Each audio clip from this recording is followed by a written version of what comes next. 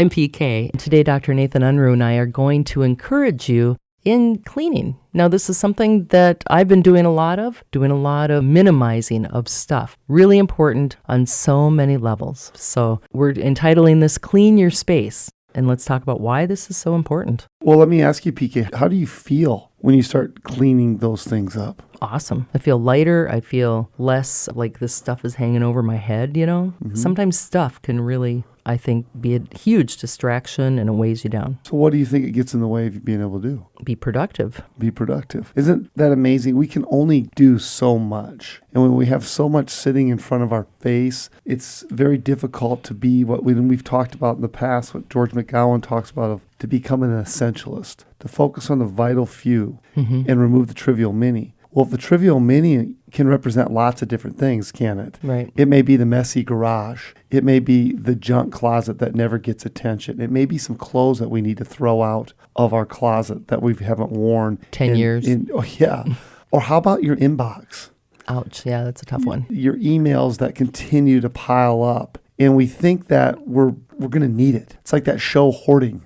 Yeah. The Hoarders. If you watch those people in those shows, or if we know even our own behaviors, when we start accumulating and never deleting, our lives fill up and we diminish our ability to be productive, to have more impact. We're holding on to everything in the past versus cleaning and shedding and allowing greater opportunities for in the future. One of the phrases that comes to mind was an author who talked about being nimble, that you can be nimble and you can be ready to go. And I find it real hard to be nimble and productive when I have all this stuff. Being a minimalist is a real big thing right now. I mean, there's companies and huge YouTube followings and that sort of thing on how do you become a minimalist. Now, we're not saying you have to live in a one-room place with nothing. Yeah. That's not the point. But it's make sure, I think, the stuff that you have is all helping you, right? The idea of being nimble. I mean, if you have a 150-pound backpack full of stuff, full of rocks,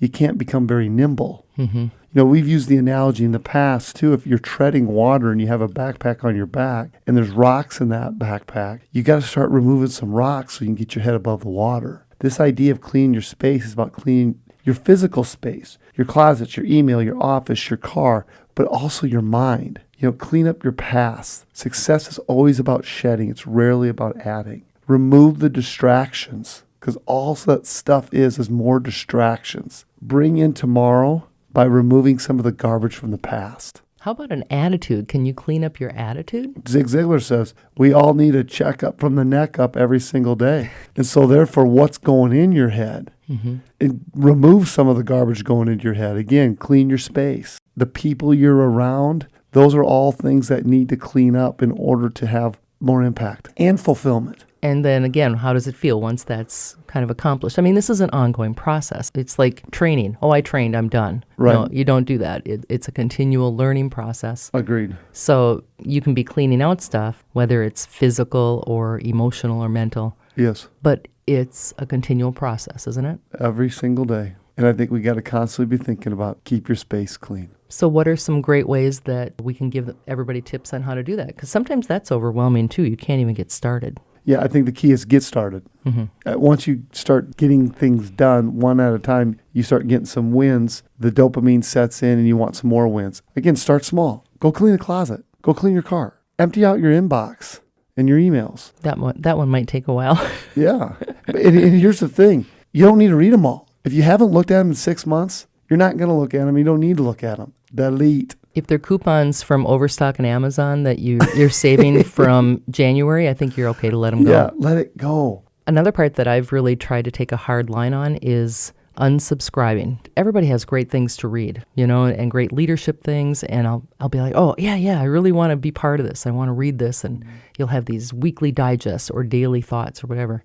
I give myself 3 strikes and you're out. If I get it 3 times and I haven't taken the time to read it, I unsubscribe. It's a great idea. Otherwise, you've got all this stuff. It's like wading through peanut butter to get through all of this stuff. Yeah. And then you get attached to it like, oh, but I still really want to read it. Yeah, you never do. 3 strikes, delete it, unsubscribe, clean it up. So I just start small, but everything. Then take a hard look at the hard areas. The hard areas are the people you're hanging out with. The hard areas is what you allow them to go inside your head. The hard areas are the people you need to forgive that you haven't forgiven. This idea of clean your space is all about every aspect of your life.